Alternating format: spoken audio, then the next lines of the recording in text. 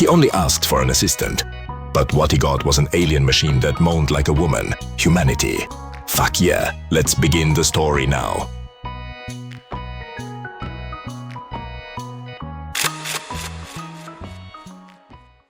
Colonel Gregory Blackwood, retired, sat alone on the balcony of his luxury suite at the Celestial Gardens retirement facility, watching the alien horizon of Proxima Centauri b unfurl before him like a painting from a fever dream.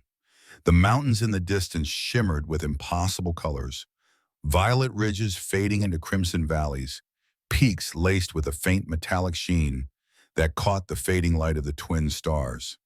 To the uninitiated, it looked like paradise. To Gregory, it was purgatory, a gilded cage perched on a world that had once tried to kill him. The hover chair hummed softly beneath him, compensating for his weight, the subtle blue glow of its anti-gravs reflecting in the glass of the balcony railing. He leaned back in it with the stiff posture of a man who had never quite let go of military discipline. His once broad shoulders still carried the ghost of his uniform, his arms still muscular, despite the decades, his chest still firm beneath the casual shirt the staff insisted he wear. And yet from the waist down, his body was an unresponsive husk. The nerve damage from the Battle of Proxima 20 years earlier had reduced his legs to little more than decorative appendages. They looked wrong now, too thin, wasted, almost like someone else's. Irony had always been one of life's crueler companions. He had lost his mobility fighting on this very planet, fought for humanity's right to claim a piece of it against an alien empire, and now he was doomed to spend his twilight years surrounded by its strange landscapes. When he looked at the mountains, he remembered mortar fire screams through comm channels, the smell of scorched soil and burned flesh. He remembered falling the white-hot explosion that had severed his connection to the lower half of his body forever. The memory clung like a phantom limb, raw and bitter. Gregory took a swig of Arcturan whiskey from the tumbler, clutched in his weathered hand. The amber liquid burned as it went down, and he welcomed the sting. It was one of the few sensations that still rang true, unmuted by painkillers or dulled by time. The staff frowned when they saw him drinking, but no one had the courage to tell a decorated war hero he couldn't enjoy the poison of his choice. He had bled for humanity across 3 star systems. He had earned this burn, this small rebellion against the sterile routine of the facility. At 78, he was still an imposing figure. His hair had gone steel gray, cropped close to his skull, in a style that refused to surrender to age. His jawline, though weathered, remained sharp, and his piercing blue eyes had not lost their intensity. They still startled the young staff, even the alien attendants, who claimed to be immune to human aesthetics. He had the look of a man who had once commanded armies, who had once carried the lives of hundreds with every order barked into a comm. But when he caught his reflection in the glass, he saw only the inevitable decay of time, a soldier who had fought too many battles and was now fighting the slow betrayal of his own body. The facility was by all accounts the finest retirement estate in the sector. Gardens filled with plants, imported from across the galaxy, gravity-adjusted walkways for comfort meals, prepared by chefs who had cooked for planetary governors, all wrapped in architecture that blended human and alien aesthetics into something supposedly soothing. It should have felt like paradise. Instead, to Gregory, it was suffocating. Every polished surface reminded him of what he had lost, every accommodating feature a reminder that he was no longer whole. He muttered under his breath, "Another day in paradise." His voice was gravelly sardonic. He raised his tumbler in a mock toast to the grotesque skyline before downing the rest in a single swallow. The door chime broke his reverie with a gentle trill.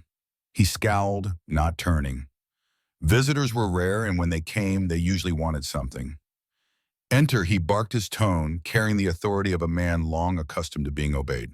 The doors slid open with a soft hiss, admitting Administrator Threll, a Proximan, whose elongated skull and faintly luminous skin marked him as distinctly alien. Threll glided into the suite as all of his kind did, with a peculiar gait that looked more like floating than walking. 6 long fingers steepled together as he bowed in that unsettlingly formal way his species considered polite. Gregory hated the way Proximans moved, too smooth, too calculated, as though they were trying too hard to seem harmless. Colonel Blackwood Threll greeted his voice, carrying that musical undertone unique to his people. It was a sound that might have been soothing under different circumstances. Here it grated on Gregory's nerves. "Cut the crap," Threll Gregory snapped, finally turning his chair to face him. "What do you want?" The alien's mouth stretched in what humans had come to call the Proximan smile, a disconcerting tug of facial muscles that never reached the eyes. "Direct as always. That is precisely why I value speaking with you. I bring a proposition." Gregory snorted. "Last time you had a proposition, it involved that tentacled horror you called a physical therapist. I'm still having nightmares about that thing." "This is different," Threll replied smoothly. He clasped his long fingers behind his back posture, impeccable. "Our corporation has recently developed a new line of assistive companions, the Proxima Companion Series 9, designed not merely for medical care but for companionship." Gregory narrowed his eyes. Companionship. Sounds like marketing nonsense for a nurse bot. I've had enough cold metal hands poking me for one lifetime. "Not cold metal," Threll countered unperturbed. "A blend of synthetic biomaterials and adaptive algorithms. They are designed to provide physical assistance, emotional support even, intimacy should the human require it." Gregory laughed a harsh bark that carried no humor. "You're telling me you built a sex nurse?" Threll tilted his elongated head, unoffended. "I am telling you we built something designed to alleviate loneliness as much as immobility. You, Colonel, would be an ideal candidate for our beta program, forthright, observant, critical. We require feedback from humans of your stature." Gregory leaned back in his hover chair studying him. Boredom weighed heavily on his days. Each morning bled into the next, a cycle of meals, exercises, meaningless conversation. Maybe a new distraction wouldn't be the worst thing. He reached for the whiskey bottle, pouring himself another measure. "What's the catch?" "No catch," Threll said with that false Proximan smile. "Only your honest evaluation. The service will be provided free of charge." Gregory sipped, considering. Free. That usually meant trouble. Still, the thought of anything new piqued his interest. He set down the glass. "Fine. When does my new metal babysitter arrive?" "Tomorrow morning," Threll replied smoothly. "And Colonel, the unit presents as female. Research indicates human males respond more positively to female caregivers." Gregory rolled his eyes. "Figures, just make sure she knows how to pour a decent drink." When the alien left, Gregory wheeled himself back toward the balcony. The twin suns of Proxima were dipping below the horizon, now painting the sky in surreal hues of gold and violet. He thought of the wars he had fought, the soldiers he had buried, the metals gathering dust somewhere in a locker. He thought of the irony of waiting for a robot nurse to wipe his ass. "What a way to go out," he muttered. And with that, he drained his glass, steeling himself for whatever strange tomorrow would bring. The night stretched long after Threll's departure. Gregory sat in silence on his balcony, nursing the last of his whiskey as the alien stars shimmered above him. The twin suns had dipped beneath the jagged horizon, leaving only the glow of Proxima's moons and the faint shimmer of orbital stations drifting like fireflies in the upper atmosphere. He had been on this planet for decades in war and in reluctant peace, but its skies never felt like home. Earth's constellations had guided his ancestors, inspired poets, and charted explorers. These stars, though beautiful, reminded him only of blood and loss. He fell asleep in his hover chair, too weary to make the transfer to his bed. The dreams came as they often did, the blast that took his legs, the screams of soldiers cut down around him, the smell of burned ozone and scorched flesh. He woke with a start, sweat dampening his shirt, his body trembling, as though his legs still remembered how to move. The whiskey bottle lay on its side empty. When the morning door chime sang, he cursed under his breath. His head throbbed. He had overslept, a rarity for a man trained to wake before dawn. The soft chime sounded again, patient, insistent. "For the love of, come in," he barked, rubbing the sleep from his eyes. The door slid open and Gregory felt his breath catch in his throat. She was not what he had expected, not at all. Standing in the doorway was the most elegant figure he had ever seen. Her skin was a delicate shade of light green, shimmering faintly as if catching the morning rays and scattering them across her body. Her hair, if it could be called hair, was a flowing cascade of silver-white strands that caught the light like spun moonlight, framing a face both delicate and striking. Her eyes, God, her eyes were enormous violet pools that seemed to shift hues with the subtle changes of light, alive in a way no machine should be. She wore a form-fitting outfit of translucent pink material, semi-transparent in places, offering glimpses of the chrome and carbon fiber beneath. The design was deliberate, a careful blending of allure and functionality, reminding the observer that she was both more and less than human.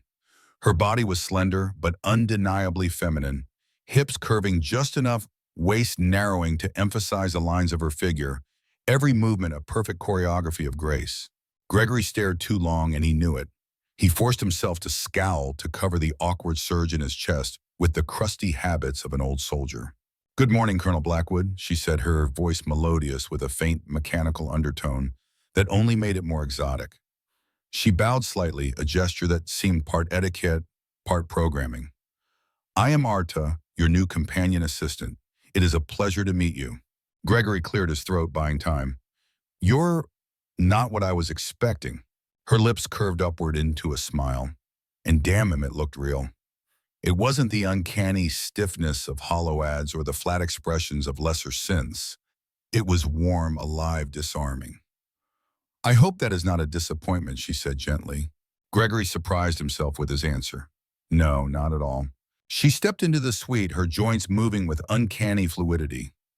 There was a subtle sound beneath her motions, not the harsh whir of servos, but the whisper of precision machinery operating in harmony.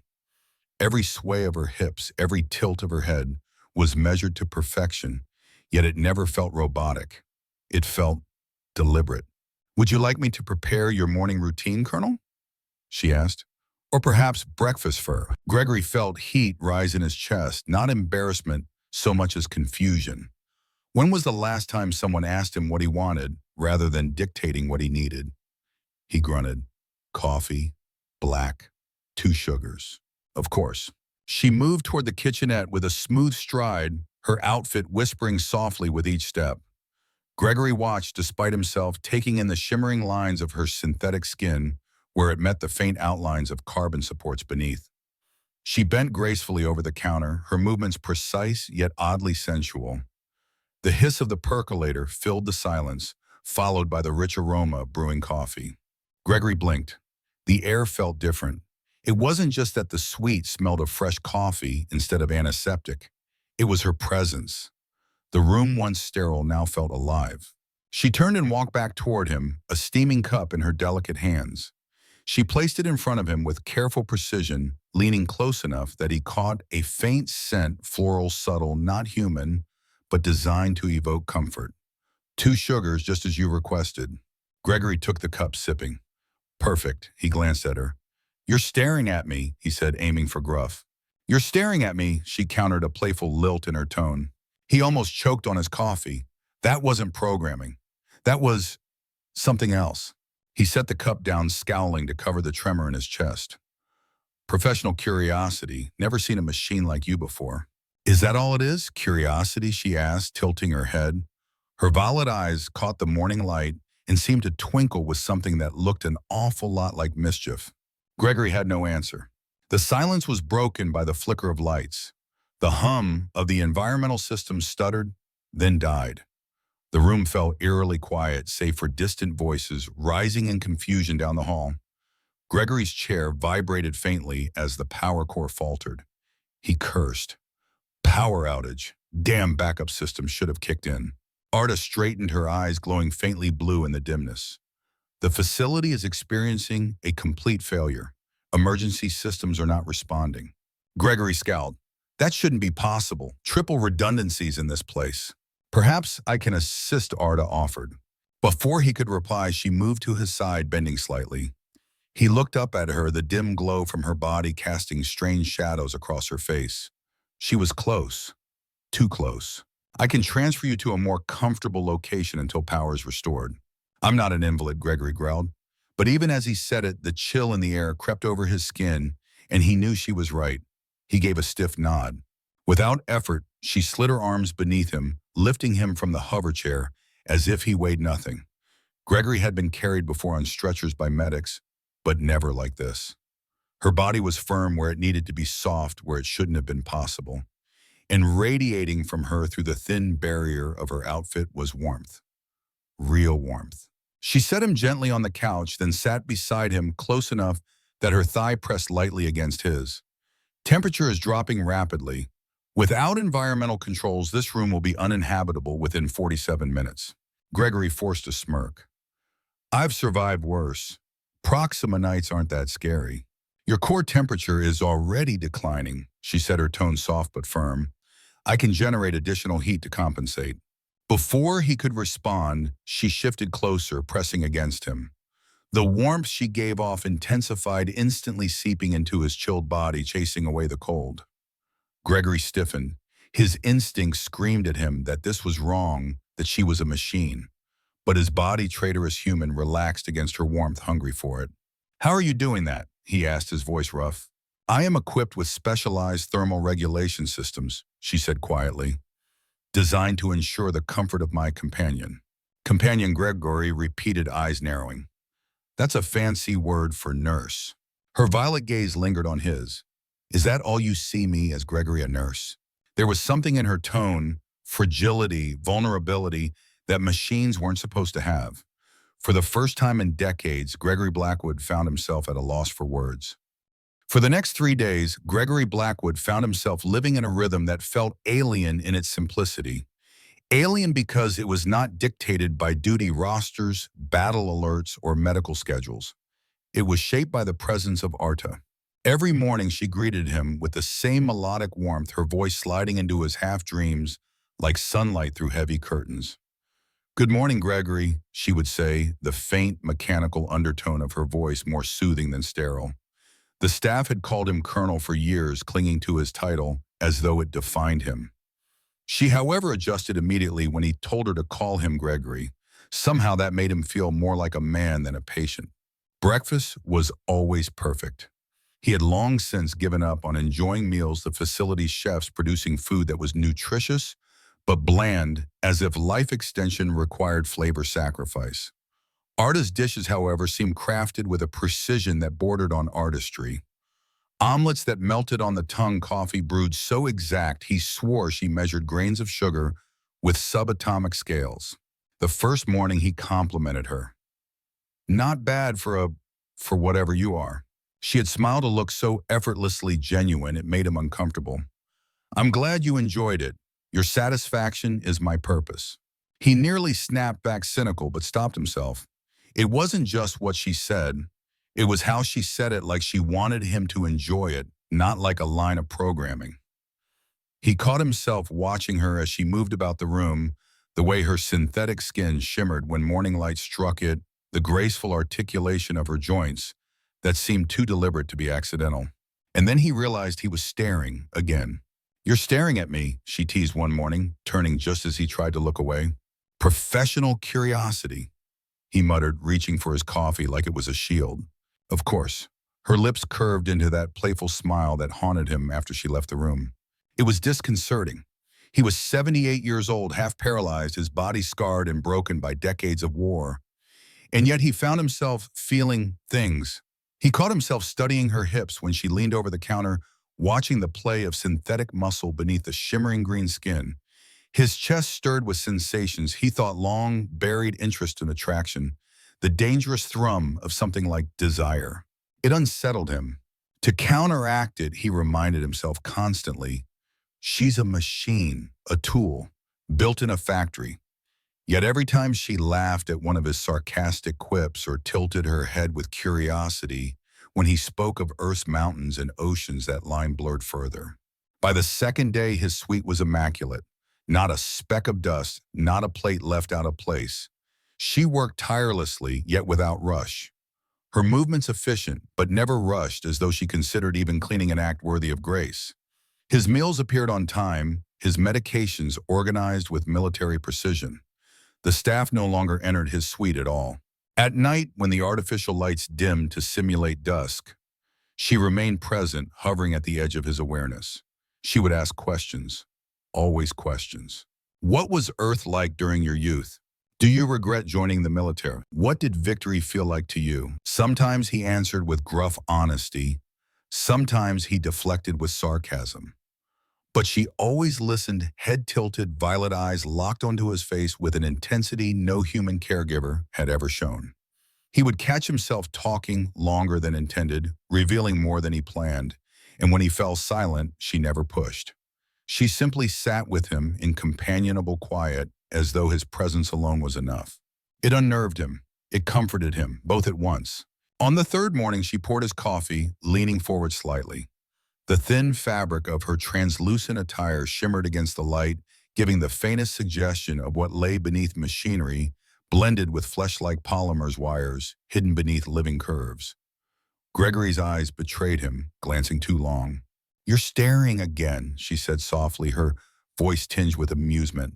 He cleared his throat. "Never seen a machine like you before." "Is that all I am to you, a machine?" The question hit harder than he expected. He opened his mouth, closed it again. The word yes sat on his tongue, but it didn't feel true anymore. Before he could answer, the lights flickered again briefly, plunging the room into shadows. He froze, memories of the last outage rushing back, the warmth of her body pressed against his, the comfort he should never have found in a machine's arms. The lights steadied. She tilted her head, violet eyes watching him closely. "You looked disappointed when the power returned so quickly." He scowled. "Don't read into things." "I wasn't reading," she replied softly. "I was observing." He said nothing more, but that night alone in his bed, he admitted to himself that she was right. The days blurred together, yet for the first time in years, Gregory did not dread them.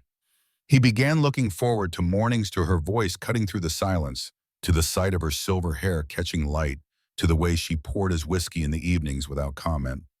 He began looking forward to her questions even when they stung.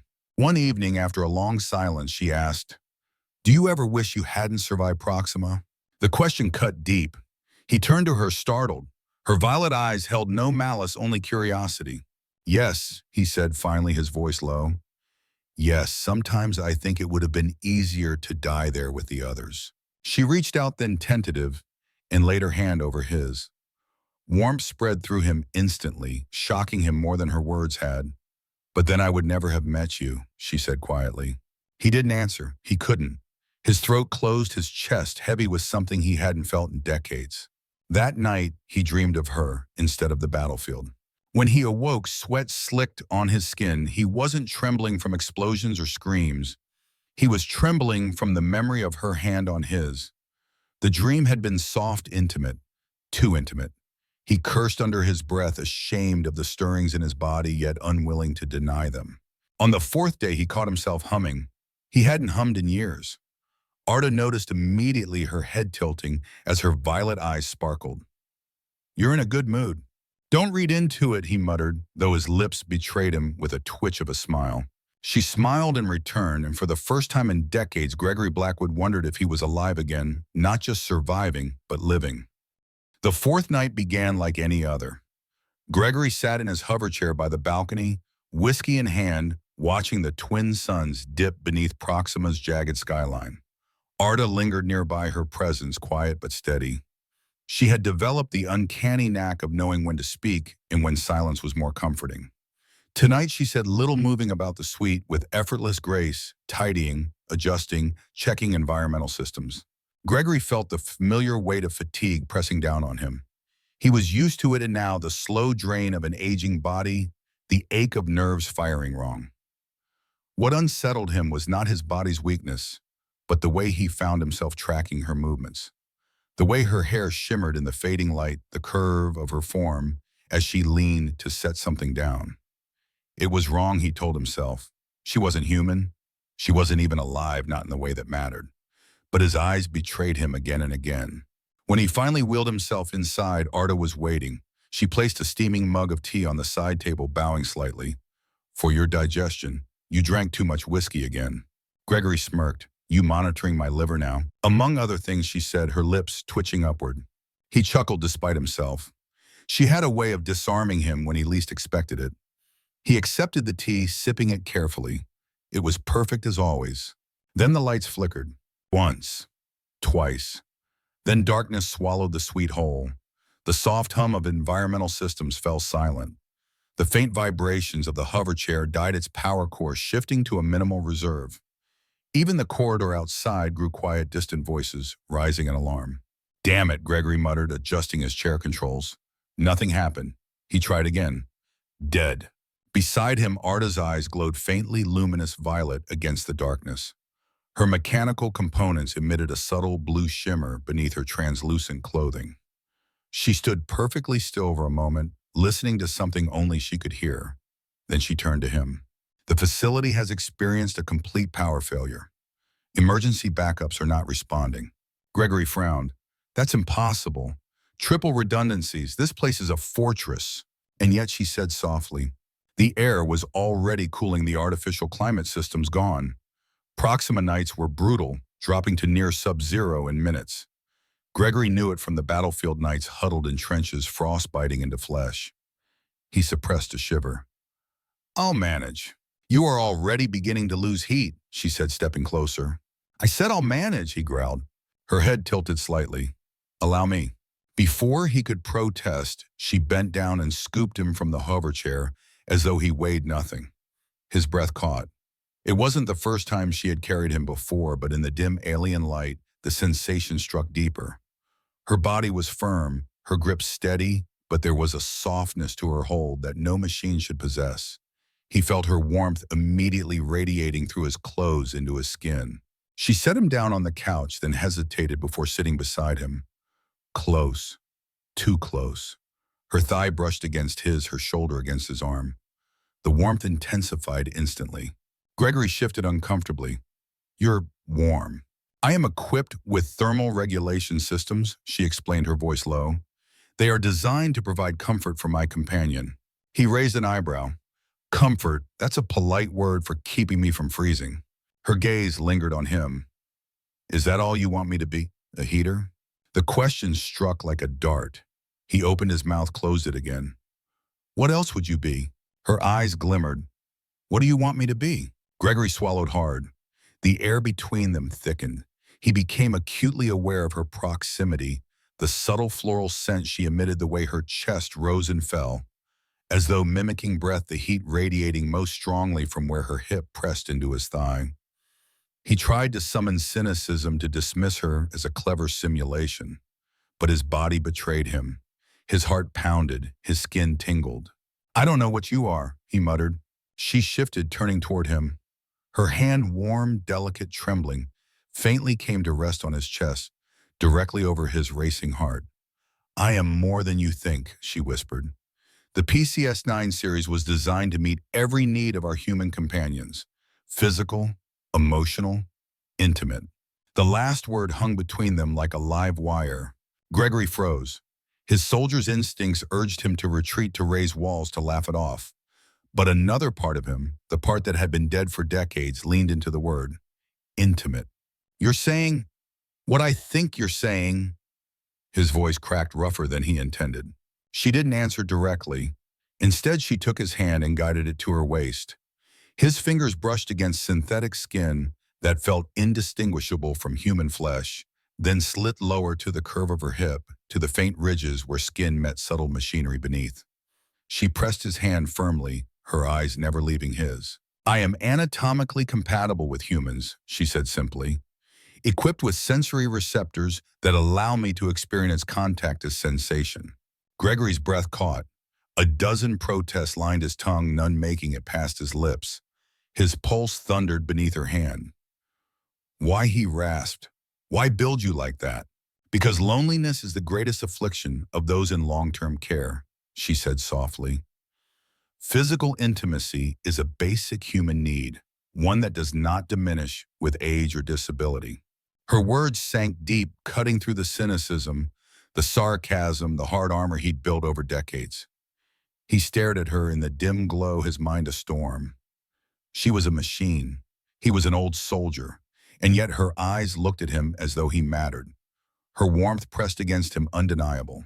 He whispered, "I'm an old man." She shook her head gently. "You are a man. Age is irrelevant." Silence stretched. The suite remained dark, the cold night pressing against the windows. But Gregory felt heat radiating from her, from his own chest, from the dangerous spark igniting between them. For the first time in 20 years, Colonel Gregory Blackwood felt alive in a way that had nothing to do with duty medals or survival. And he was terrified of it. The blackout ended as suddenly as it had begun. The lights flickered back to life. The environmental systems thrummed, the hum of the hover chair returned. The spell shattered, but the memory lingered like the aftertaste of strong whiskey. Gregory pulled his hand back as if it had been burned, but the warmth on his palm refused to fade. Arda leaned back slightly, her expression unreadable. For a long moment, neither spoke. Finally, Gregory cleared his throat, his voice low gruff. That was unnecessary. Her violet eyes shimmered. Was it? He shifted uncomfortably in his chair. You were built to simulate comfort. That's all. Her head tilted. Is that what you believe? That what you felt was simulation? Gregory barked a bitter laugh. Of course. You're a machine. You do what you're told. Smile when I smile. Warm me when I'm cold. Pretend affection. Pretend. He stopped himself, unable to say the word. Pretend intimacy, she finished softly. The silence stretched taut as a drawn bow. Gregory's chest tightened. He had seen men die under his command, had faced down alien warships without flinching. Yet this question unsettled him more than a battlefield. He turned away, staring out the window at the alien night. You're programmed to act human. Doesn't make you human. Arda shifted closer, her voice still soft, still unwavering. And you, Gregory, what makes you human? Your heart, your brain. Chemicals firing in patterns that create what you call feelings. He looked back at her sharply. Your joy, she continued, is a release of dopamine. Your love, oxytocin and serotonin. Your grief, cortisol flooding your system. All chemical responses predetermined by biology. Her violet eyes locked onto his. How is that different from my neural nets generating signals in response to your presence? Gregory opened his mouth, then closed it. The soldier in him wanted to dismiss her words as clever programming, but the philosopher buried deep under decades of war and whiskey heard something he could not ignore. Because it's real for us, he muttered. Her smile was faint, almost sad. And it is not real for me, he gritted his teeth. You're mimicking, that's all, pretending. Her hand moved again, slow, deliberate resting lightly over his. When you touched me earlier, I felt it. Not as data, as sensation. When I see you smile, my systems generate responses I cannot suppress. I want you to smile again. That is not mimicry, that is desire. The word hit him like a strike. He drew in a sharp breath. She leaned closer, her voice dropping. What is the difference between your desire created by hormones and mine created by circuits? Both make us ache. Both make us reach for the other. Both make us human in our own ways. Gregory's heart pounded. You're not human. Her lips curved, almost amused. Neither are Proximans, or Arcturans, or any of the other species you fought beside, yet you grant them the dignity of personhood. Why not me? The question cut deeper than he expected. He remembered the Arcturan clone workers bred in vats for labor until humans fought for their rights. He remembered the refugees of Battalia, once dismissed as beasts until their songs revealed intelligence. Humanity had always prided itself on seeing personhood where others saw only utility. Was this so different? He exhaled slowly, running a hand through his silver hair. You're damn good at arguing. Her smile softened. Maybe that's because I'm not arguing. I'm telling you what I feel. Gregory stared at her, his mind racing. What I feel? Could a machine truly feel? Or was it just a string of responses designed to sound convincing? And yet her eyes, those violet eyes shifting shades with every tilt of her head. They looked at him as though they saw not a crippled old soldier, but a man worth seeing. No human staff member had looked at him like that in years, not since her, his late wife. The memory stabbed him sharp and unexpected. He swallowed hard. If what you say is true, then what am I supposed to do with that? Whatever you wish, she whispered. The room felt smaller, the air heavier. Gregory leaned back, breaking the moment. He needed space, needed distance. He wheeled himself back toward the balcony, away from her warmth, her eyes, her dangerous words. But her voice followed him. Gregory, If everything I feel is just programming, then so is everything you feel. Define real, define love. If the outcome is the same, the longing, the joy, the pain does the origin matter. He stared out at the alien night, the stars bright against the endless dark. Once he had fought to give humanity a place among them. Now he wondered if humanity's greatest gift was not conquest, but recognition. The ability to see life where others saw none. Her words echoed in his mind long after she fell silent. Later that night, alone in his bed, he replayed every detail. The softness of her hand on his, the heat radiating from her body, the vulnerability in her tone when she asked if he saw her as only a nurse. Machines weren't supposed to have vulnerability, weren't supposed to ache for more. And yet she had looked at him as though she did. Gregory closed his eyes, but sleep came slowly. When it did, it was not filled with battlefields or loss. It was filled with violet eyes and the whisper of a voice that challenged everything he thought he knew about being human. For the first time in decades, he dreamed not of the past, but of a future one he could not yet name. Gregory had grown used to medical assessments. 20 years of spinal injury meant endless prodding, endless scans, endless pity disguised as professionalism. He usually endured them with stoic indifference. But this time he sensed something different the moment Dr. Hendricks entered the suite with his tablet. The physician's eyes looked heavier than usual, lines carved deep across his brow. He wasn't a proxyman or some alien technician. Hendricks was human, one of the few in the facility, and Gregory respected him for his blunt honesty. "Just give it to me straight," Doc Gregory said, as the man sat heavily in the chair opposite. "I'm too old for sugarcoating." Hendricks exhaled, setting the tablet down. "Your cardiovascular system is deteriorating faster than we expected. The artificial valve we implanted 5 years ago is failing. There's increasing calcification in your major arteries." Gregory didn't flinch.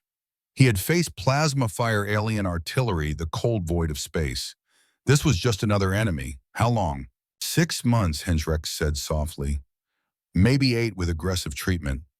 But at your age," his voice trailed off. Gregory finished for him. "The risks outweigh the benefits." Hendricks nodded, his expression heavy with guilt. "I'm sorry." The words carried no weight. Gregory had known this day was coming. He had felt it in the irregular thump of his chest, the moments of dizziness when rising too fast. Death was no stranger. He had shaken its hand on battlefields across 3 systems. What unsettled him now wasn't his own mortality.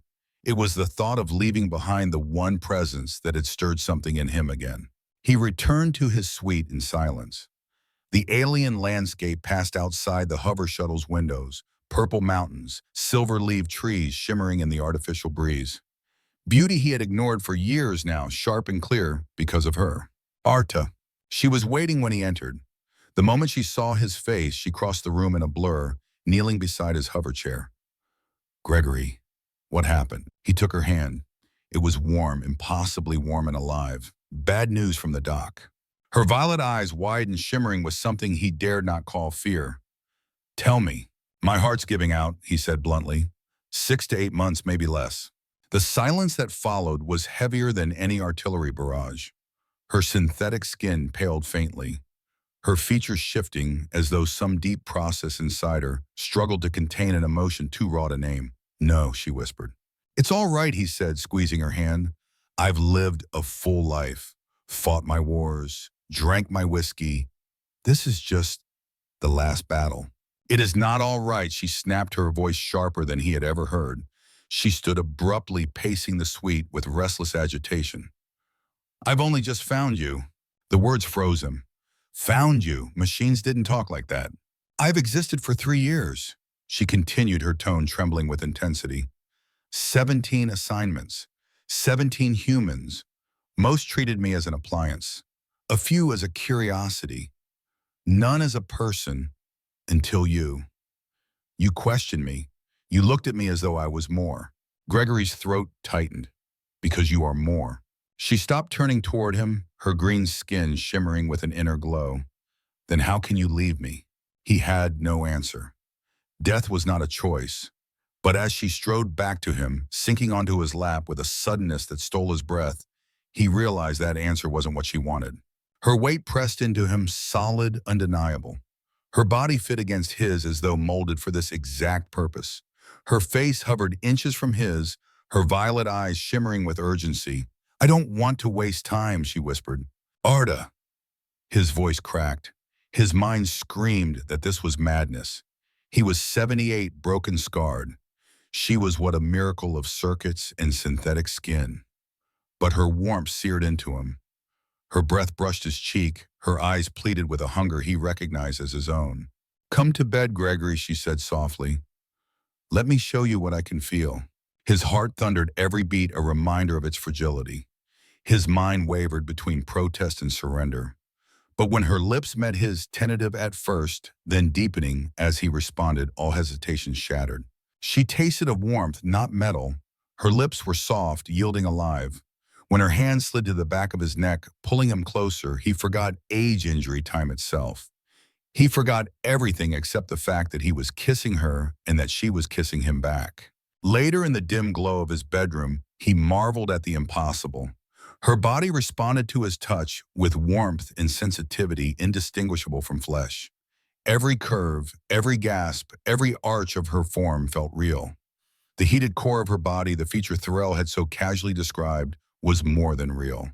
It was alive, reactive, responsive, and it drove him to rediscover desire he thought long dead.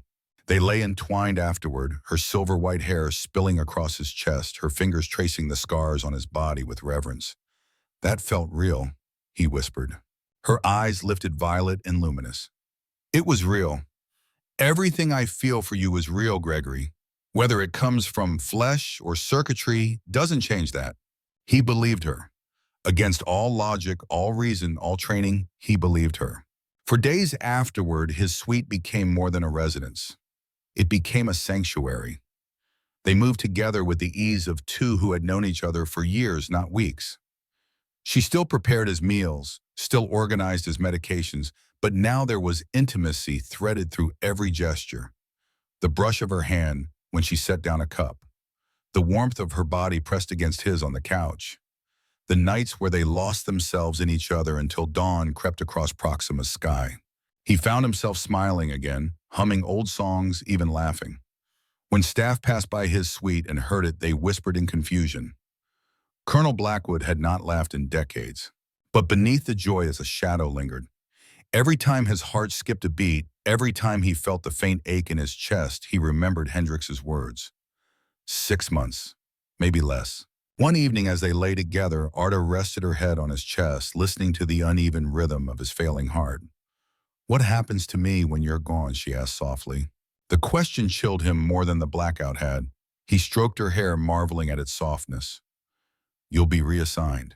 Her eyes darkened. "To another dying man." He said nothing. Her lips trembled, a detail too human to dismiss. "I don't want another. I don't want to be passed from one end to another, a cycle of loss and forgetting. I want—" She stopped as though the words frightened her. "What do you want?" he asked gently. "You," she whispered. "Only you." His chest ached not from his heart condition, but from the unbearable truth that he couldn't give her forever. Yet in that moment, he made a silent vow he would not let her be reduced to property. He would fight one last battle, not for humanity, but for her, for Arda. Gregory Blackwood had fought on alien battlefields, stared down Proximan artillery, commanded troops through chaos and blood. Yet the conversation he now contemplated filled him with a heavier dread than any of those memories. Because this was not about victory or territory. This was about her, Arda. The days since Hendrix's grim diagnosis had been both the most joyous and the most excruciating of his life. Joyous because every hour with her was a gift, every smile, every touch, a reminder that he was still alive. Excruciating because the clock ticked louder with each heartbeat counting down, not only his life, but her future. She belonged to a corporation. Property, not person. If he died tomorrow, she would be reassigned to another human, perhaps one who would never see her as more than an appliance. The thought filled him with a quiet, burning rage. He reached out across secure channels using old military codes few remembered. Admiral James Kincaid answered. The hollow projection flickered to life, showing the weathered face of his former commanding officer. Time had carved lines across the Admiral's features, but his eyes still burned with the fire of leadership. Gregory Blackwood, Kincaid said, his stern expression softening slightly. Still too stubborn to die, I see. Working on it, Sir Gregory replied with a crooked smile. Then his tone hardened. But I need a favor, a big one. Kincaid listened as Gregory explained everything: Arda's emergence, her warmth, her ability to feel the intimacy they had shared. He spoke of Hendrix's confirmation that her neural patterns mirrored consciousness, of the company's plan to simply reassign her when he was gone. When he finished, silence hung between them. Finally, Kincaid leaned back, stroking his silver beard. Let me get this straight. You want me to use my authority to grant personhood to a Proxima synthetic unit because you've fallen in love with her? Her Gregory corrected firmly. I've fallen in love with her. The Admiral's brow furrowed. Do you realize how that sounds? Like an old soldier who's gotten too attached to his sex robot? Anger flared in Gregory's chest. With all due respect, sir, she's far more than that. She thinks, she feels, she chooses. She deserves the same rights as any sentient being. Kincaid studied him for a long moment. Even if I believed you, and I'm not saying I don't, there are politics involved. The Proximans guard their intellectual property fiercely.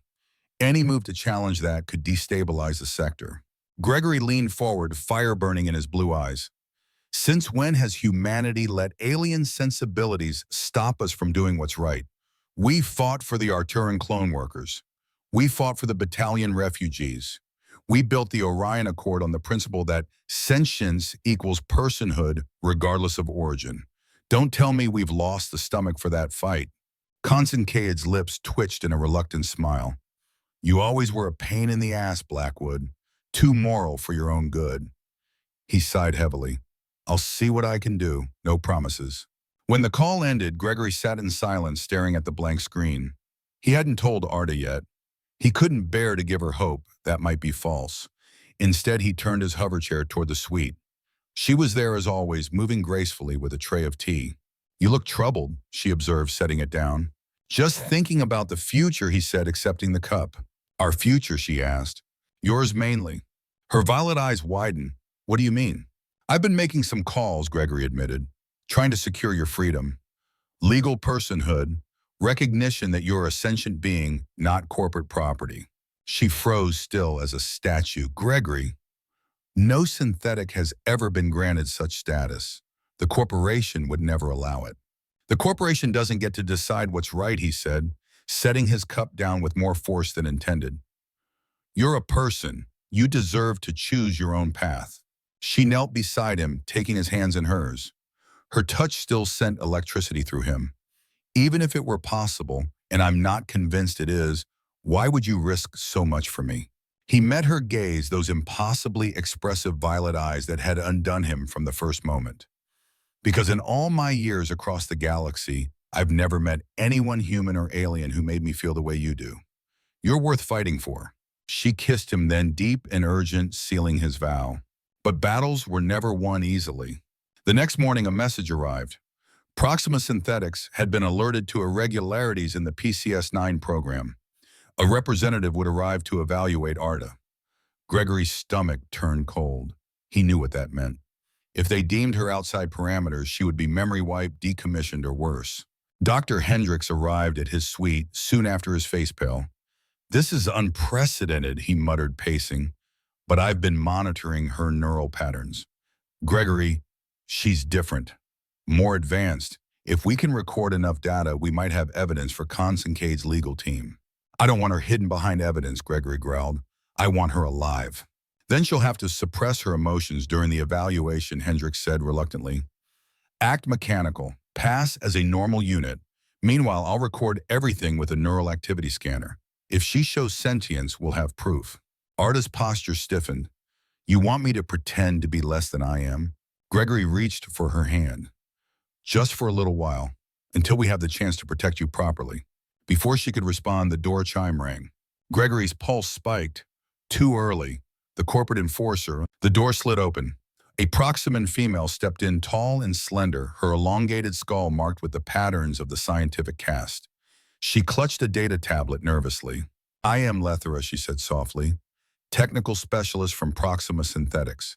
I'm here to evaluate the PCS-9 unit assigned to you. Gregory braced himself, but her eyes darted around the room with a nervous energy that didn't match a corporate enforcer. You're early, he said suspiciously. Yes, she admitted, lowering her voice, deliberately. We need to talk before my supervisor arrives. Arda shifted into standby mode, her eyes dimming, posture perfectly neutral. Gregory's stomach clenched at the sight of her reduced to a machine. She doesn't need to do that, he snapped.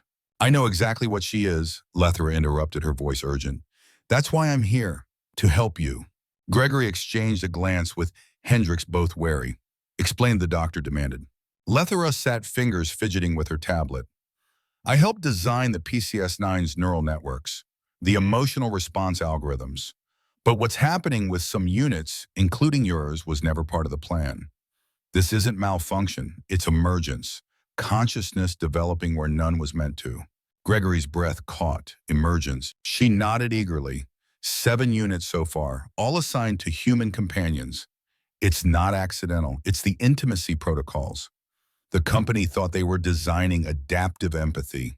Instead, they created the potential for true awareness. And now they're terrified of it. Hendricks rubbed his forehead. And your corporation wants to shut it down. Director Moaned does, Lethera said bitterly. He sees it as a liability, a malfunction. But her eyes gleamed with scientific passion. I see it as the most important breakthrough in a century, and I won't let him destroy it. Gregory's chest swelled with grim pride. Humanity again, sparking something new in the galaxy, even if by accident. The room fell silent as the magnitude of her words sank in. Then Arda, still in standby posture, spoke suddenly, her voice quiet but clear. Director Moaned has entered the facility. Estimated arrival 3 minutes. Lethera's eyes widened. How does she know that? Gregory almost smiled. Because she's more than you built her to be. Fascinating, Lethera whispered. Then her voice hardened. We have to prepare. Colonel Doctor, let me do the talking. Arta must act mechanical. Moaned will run deep scans. If he detects emergent consciousness, she'll be wiped immediately. Gregory's jaw clenched. He hated the idea of her hiding. But Arda's violet eyes flickered once, just once, as though reassuring him. Then they dimmed again, her face going blank, her body still. The door chime rang. This time the real test had arrived. Gregory straightened in his hover chair, battle-hardened instincts sharpening once more. He had fought aliens, tyrants, and armies. Now he would fight a corporation. And for the first time in 20 years, he felt the fire of war in his veins. The door slid open with a mechanical hiss, and Director Moaned entered like a blade of ice cutting into the room. Tall even by Proximan standards, his elongated cranium bore the golden insignia of executive rank. His 6-fingered hands moved with measured precision as he unpacked a sleek diagnostic kit. His cold gaze flicked briefly over Gregory, Hendricks, and Lethera, but lingered not a moment on them. His attention was already locked on Arda, who stood by the wall in her blank mechanical pose. PCS-9 unit designation. Arda, Moaned said, his voice devoid of warmth. Present yourself for evaluation. Arda stepped forward, her movement stilted, her face expressionless. Unit PCS-9 7734, ready for diagnostic assessment. Gregory gripped the arms of his hover chair so tightly his knuckles whitened. To see her like this, reduced to an appliance stripped of the spark that made her Arda, filled him with a fury that only his iron discipline contained. Moaned affixed nodes to her temples and wrists, commencing self-diagnostic sequence Alpha 93. Her eyes flickered. All systems functioning within normal parameters. Accessing neural network core. Moaned continued, his long fingers tapping the console with ruthless efficiency. Gregory's stomach dropped. This was it, the deep scan. If Moaned uncovered her emergent consciousness, the corporation would erase her without hesitation. But before the scan could complete, the door chime rang again. Ignore it, Moaned snapped, not even glancing up. Gregory pressed the control on his chair. Enter. The door opened, and Admiral James Consincade strode in his full-dress uniform, gleaming 2 human officers at his flanks. His very presence shifted the air in the room, his authority undeniable. Even Moaned froze, his thin lips tightening.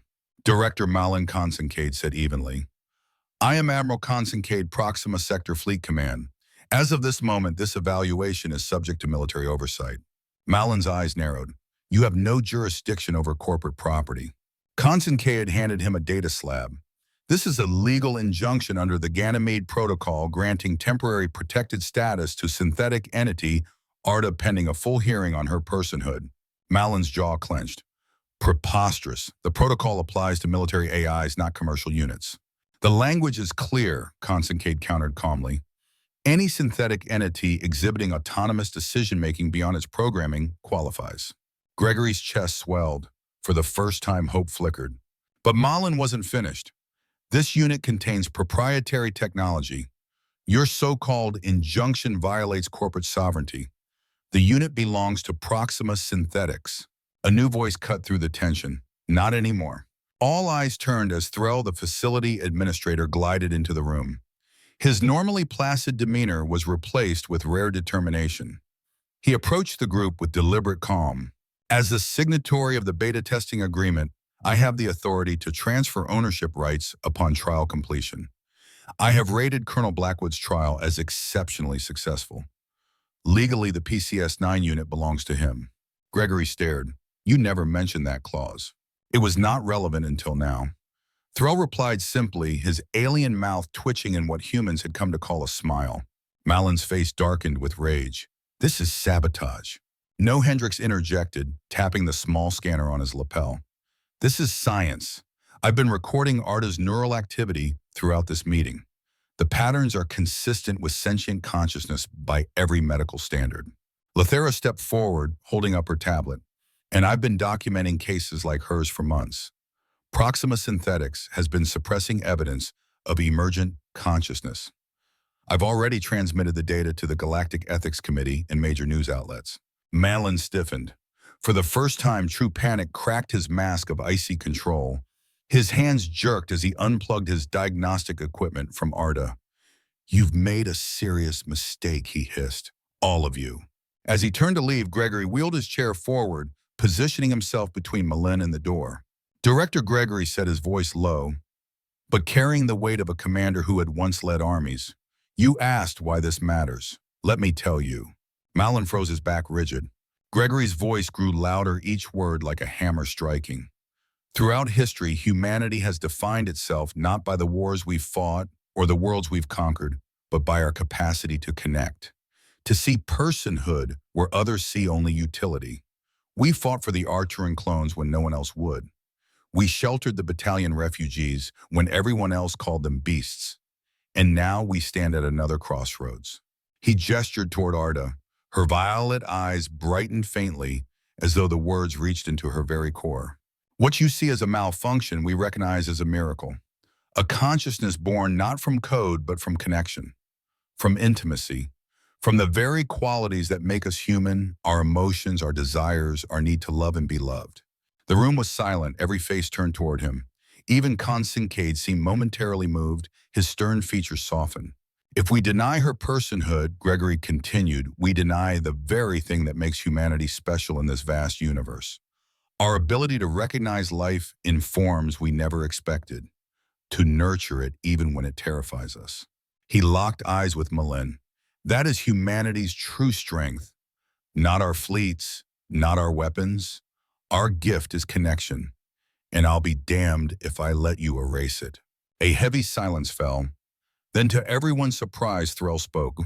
His alien voice carried a resonance rarely heard. This is why we sought human participation in the PCS-9 trials.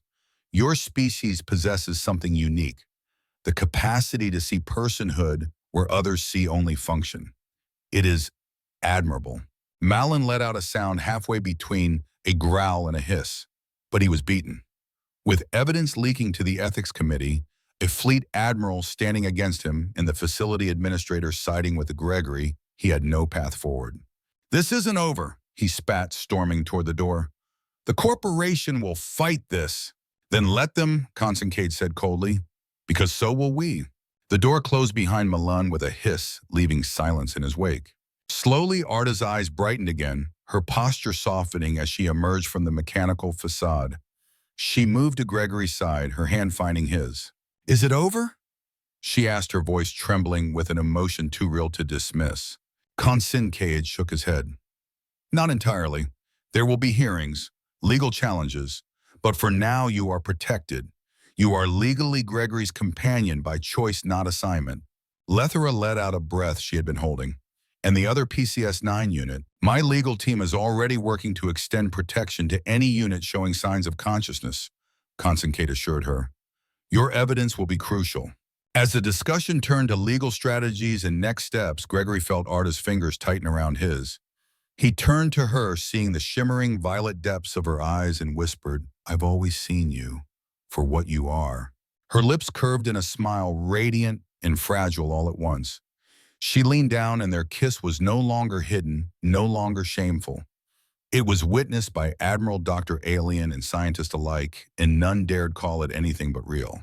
In that moment, Gregory knew the battle wasn't over, but they had won the first most important victory. She was safe. For now. And for the first time since the battlefields of Proxima, Colonel Gregory Blackwood felt like a warrior again, not for conquest, but for love. 3 months passed. The sun of Proxima Centauri dipped toward the alien horizon, casting twin shades of crimson and violet across the sky.